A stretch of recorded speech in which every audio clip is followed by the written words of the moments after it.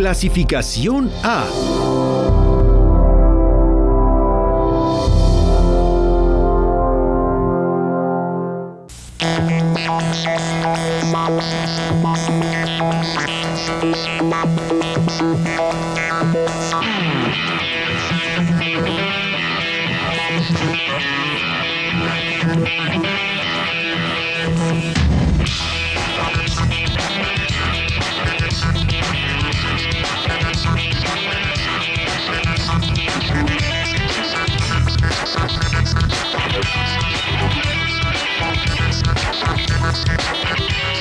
Estudias de claridad, solo me han hecho pensar que es más fuerte tu poder que la búsqueda sin fin. Solo puedo descubrir que me rebasa tu expresión. Me doy cuenta de mi error, esto no va a ser el fin.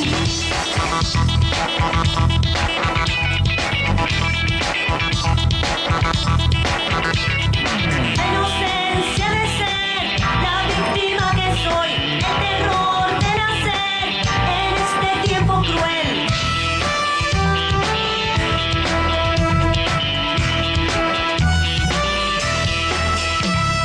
Tengo miedo de escuchar la historia de estos días sin paz, la fuente de inseguridad y la soberbia de pensar que depende de mi amor, que sobreviva tu calor, que depende de mi horror, esto no va a ser el fin.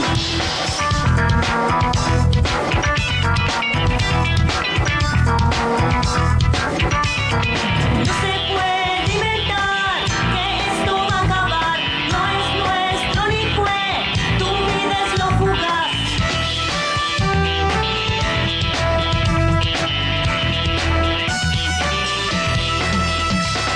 Estudias de claridad hacen abrigar en mí la esperanza que tal vez habíamos perdido ayer. Solo nos queda probar que retomar tu esencia es lo que nos puede salvar de una pérdida total.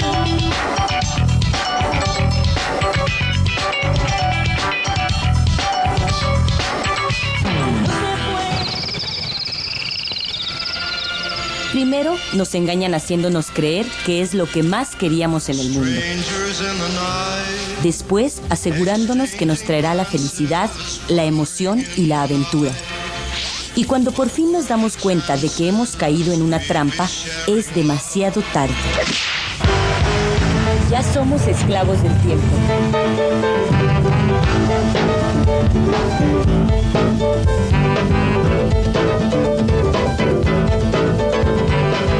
Nos entrenan para estar siempre a tiempo, para no malgastar ni un instante. Todas nuestras actividades están encadenadas al movimiento preciso de las manecillas de los relojes. Pero ¿para qué tanta exactitud? ¿Qué caso tiene ordenar nuestras vidas con aparatos, si nuestros ritmos naturales se las arreglan perfectamente para sincronizar nuestras actividades con el transcurso del día? ¿No serán los relojes mismos los que nos metieron en la cárcel del tiempo? Nadie pone en duda que todos vivimos en el mismo tiempo, que el tiempo es el mismo para todos. Pero esta idea, que parece parte de nuestro sentido común, fue inventada por los científicos del siglo XVI, inspirados en la precisión de sus relojes.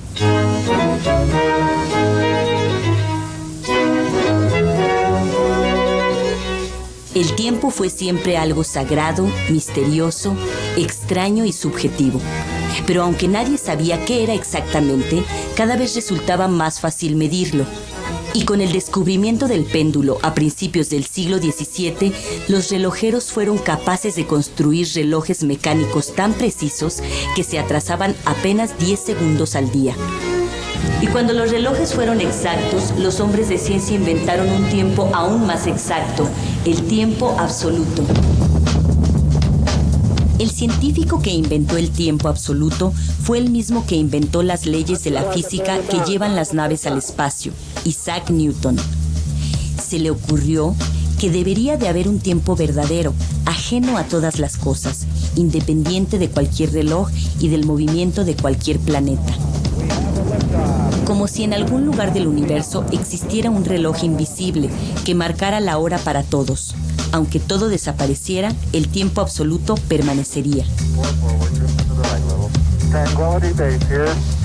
Newton no necesitaba postular la idea del tiempo absoluto para que sus leyes y ecuaciones funcionaran. Simplemente le parecía lógico.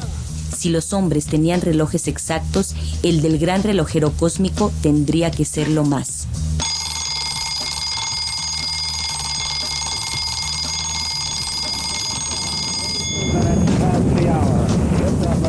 El éxito de la teoría de Newton llevó a los científicos a aceptar su idea.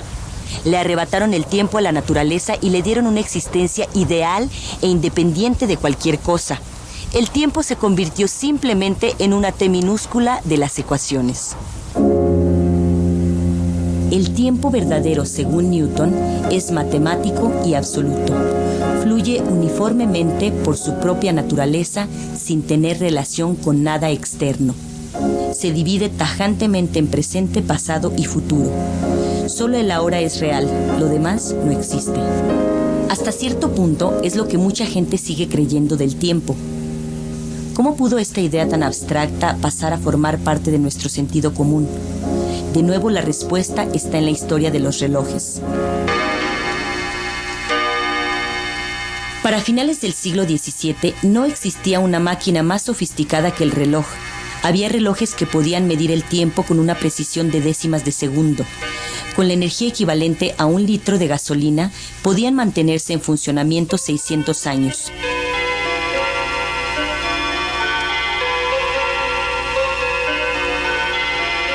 Y su maquinaria, obra muchas veces de un centenar de técnicos diferentes, era a menudo tan perfecta que rara vez se descomponía. Los relojeros empezaron a quedarse sin trabajo. Así que empezaron a utilizar sus conocimientos para construir nuevas máquinas. En 1715, un relojero inventó el torno. En 1750, otro relojero descubrió el acero.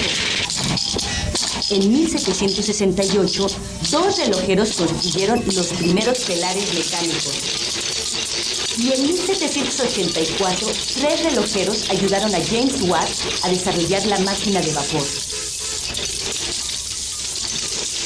Hay un término elegante que usamos para referirnos a lo que inventaron los relojeros del siglo XVIII en su tiempo libre: la revolución industrial.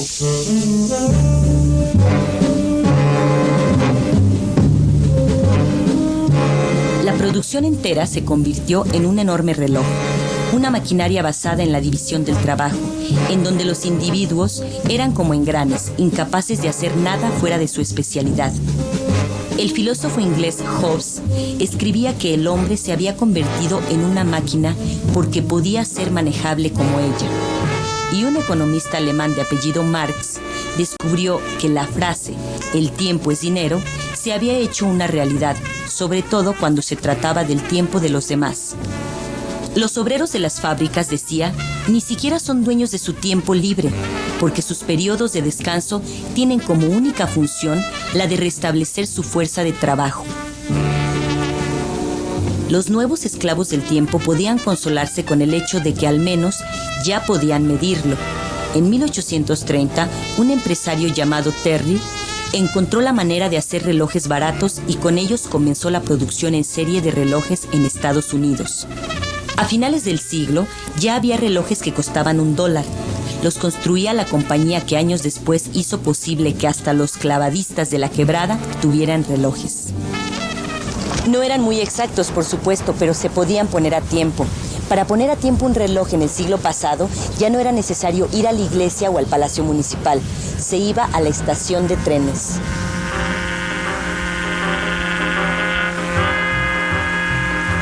Porque los nuevos dueños del tiempo eran las compañías de ferrocarril. Hasta ese momento, el gobierno de cada ciudad calculaba su propia hora local utilizando como referencia el sol, de manera que entre México y Puebla, por ejemplo, había una discrepancia de más de 4 minutos. Pero para regular el tráfico de los trenes era necesario coordinar los horarios con mucha precisión. Todas las estaciones tenían que tener la misma hora.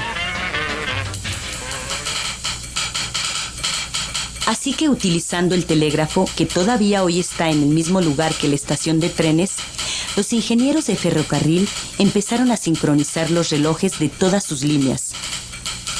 Stanford Fleming, un ingeniero ferroviario inglés, pensó que ya que Newton había dicho que el tiempo era único en todo el universo, se podía escoger una hora universal para los trenes del mundo entero. En 1885, varios gobiernos decidieron hacerle caso y se reunieron para ponerse de acuerdo. La Tierra se dividió en 24 zonas horarias y se decidió que el tiempo se midiera a partir de un meridiano cero que pasaría por el observatorio de Greenwich en Inglaterra. De esa manera, los ingenieros de ferrocarril impusieron su tiempo a todo el mundo, el tiempo único y universal de Newton. Por supuesto que esta hora universal no tiene nada de universal, es simplemente una convención más, que por cierto genera una situación extraña en el meridiano que está exactamente del otro lado de Greenwich. Es una línea imaginaria que cruza el Océano Pacífico. Si uno está de un lado de la línea, es sábado, y con cruzar al otro lado, es viernes.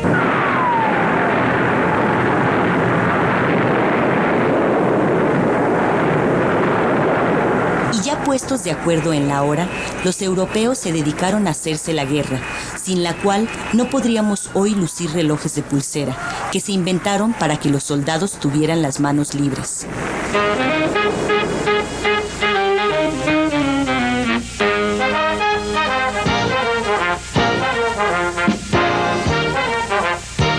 En los años 20, científicos de la compañía Bell perfeccionaron los primeros osciladores de cuarzo.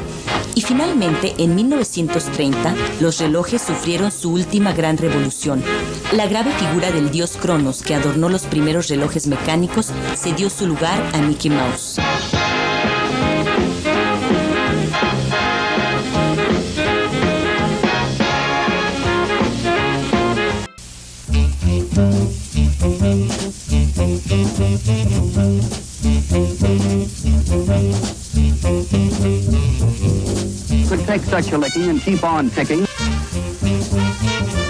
Los relojes entraron al mundo de la mercadotecnia. Empezaron a venderse en virtud de cualidades diferentes a la de medir el tiempo. Para 1940, ya un reloj no es aquella joya que solamente una cierta élite puede tener. Ya el reloj es un instrumento de medición que todos van a tener.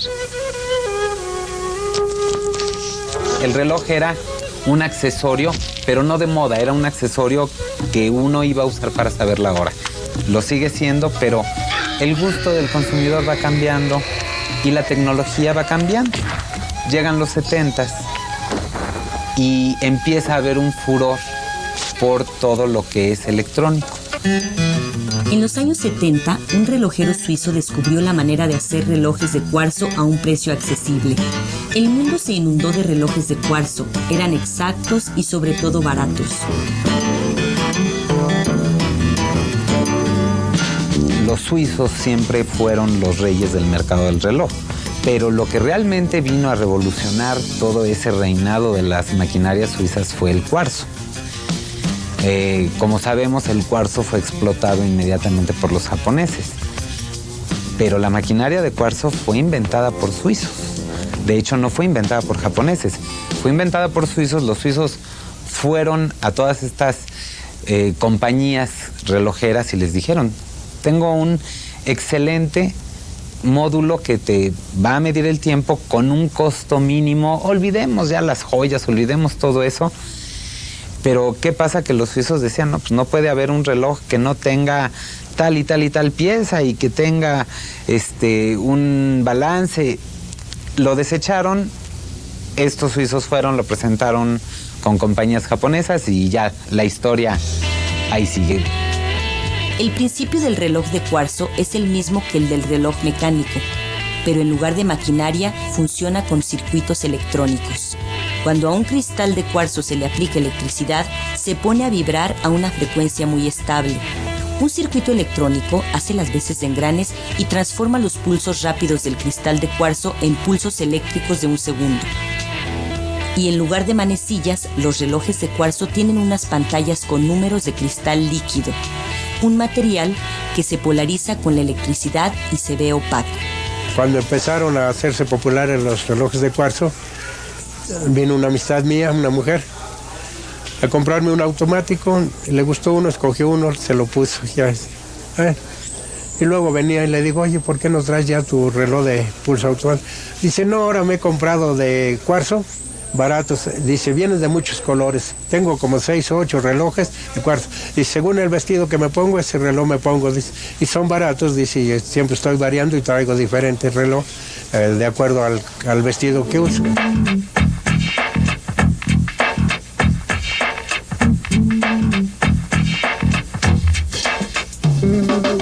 En apariencia, cuando la electrónica llegó a los relojes, la medición del tiempo dejó de ser importante. Los relojes dejaron de ser relojes y se convirtieron en prendas de vestir. Hay relojes finos, hay relojes elegantes, hay relojes juveniles, hay relojes para deportistas, exactamente igual que unos zapatos.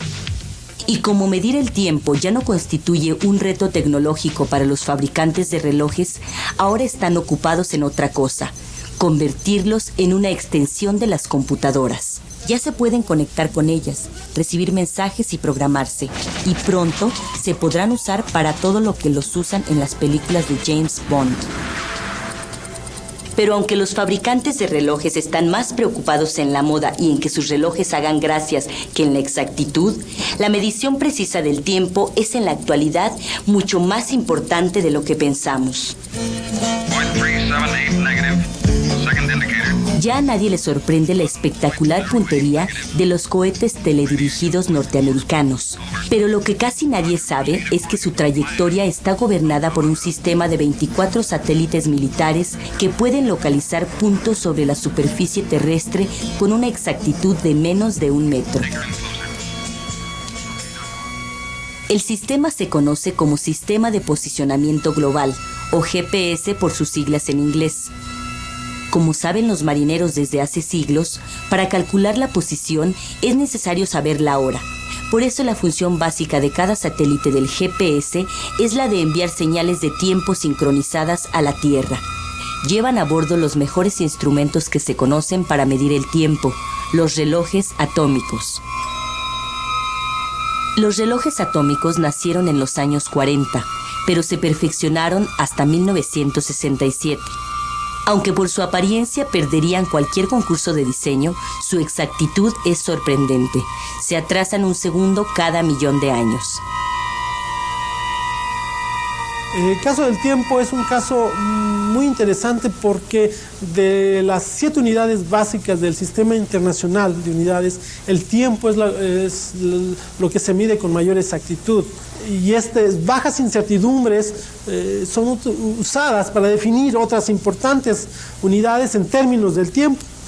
Déjame mencionar el caso del metro, la unidad de longitud, que actualmente está definido el metro como la distancia que recorre la luz en el vacío en cierto intervalo de tiempo. Es decir, para tener distancia, para tener un metro patrón, en la actualidad es preciso tener un reloj atómico. Ahí me salió como yo-yo. Podemos decir que cuando usamos un metro, realmente estamos haciendo uso de un reloj atómico. Un exacto. ¡Qué barbaridad! ¡Qué balance más perfecto! Unos centímetros más de un lado o de otro y empieza uno a caminar así, chiquito. El movimiento de nuestro planeta siempre fue la base para la medición del tiempo. Pero con los relojes atómicos se descubrió que los días no son exactamente de 24 horas. Se atrasan o se adelantan. Podemos afirmar que la Tierra se desacelera ligeramente al año por 1 segundo. Esta diferencia no es totalmente predecible. De hecho, el movimiento de la Tierra es un tanto caprichoso y en consecuencia también la definición oficial del segundo deja de estar en términos astronómicos y pasa a estar definido en términos atómicos. El segundo del Sistema Internacional está definido en términos de transiciones de los átomos de cesio-133. Como se puede suponer, el funcionamiento de un reloj atómico es bastante complicado, pero podríamos decir que son como relojes de cuarzo a los que se les agregó un péndulo.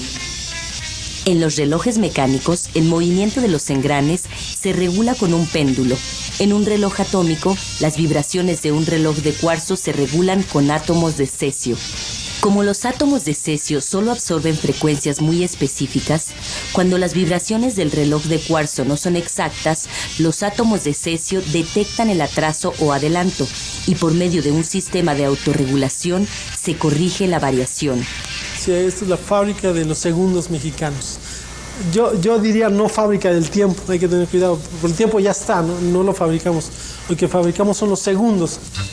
Laboratorios como este hay alrededor de 43 a nivel mundial. Trabajan en forma coordinada con la Oficina Internacional de Pesas y Medidas para generar el tiempo oficial del planeta Tierra, el llamado tiempo universal coordinado. Es una especie de promediación de todos los datos que envían los laboratorios y se emite un tiempo oficial a destiempo. Es decir, el tiempo internacional es un tiempo de papel y este tiempo es realmente de utilidad solamente a los laboratorios de meteorología de cada país. American de la 26 inicia y remolque mantiene en Bravo. Iniciamos y mantenemos en Bravo. Se puede decir que la globalización está íntimamente ligada a los relojes atómicos. No solo regulan las redes telefónicas que unen a las computadoras y a los mercados de todo el mundo, sino sobre todo son el corazón del sistema de localización GPS que se ha vuelto esencial para las comunicaciones. Es utilizado por todas las líneas aéreas y marítimas comerciales, por las televisoras, las radiodifusoras y por muchas empresas más. Si las señales de tiempo que envían los satélites GPS se detuvieran, la actividad comercial de todo el planeta se paralizaría. Así que aunque todos podemos tener un reloj y calcular la hora, el dueño del tiempo es el Departamento de Defensa de los Estados Unidos.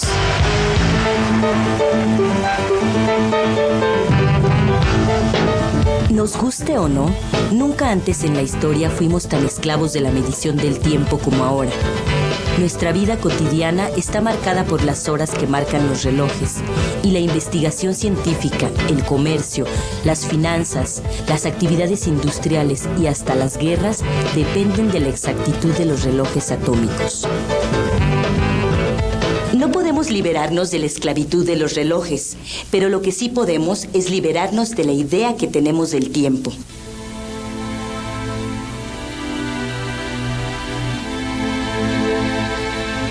Si el sol sale todos los días, ¿el tiempo tiene que ser cíclico como pensaban las civilizaciones antiguas? Si los relojes mecánicos marcan una hora exacta, girando siempre en la misma dirección, ¿quiere decir que el tiempo no varía y siempre camina hacia adelante?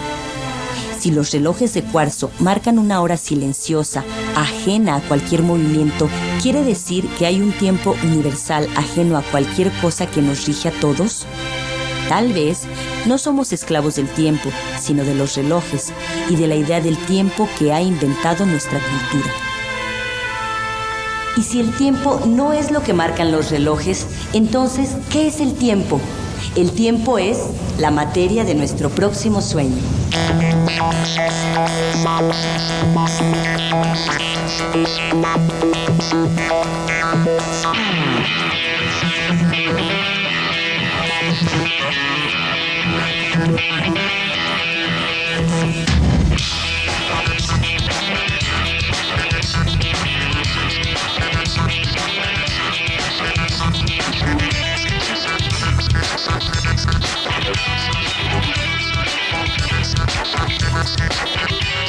Estudias de claridad, solo me han hecho pensar que es más fuerte tu poder que la búsqueda sin fin. Solo puedo descubrir que me rebasa tu expresión. Me doy cuenta de mi error,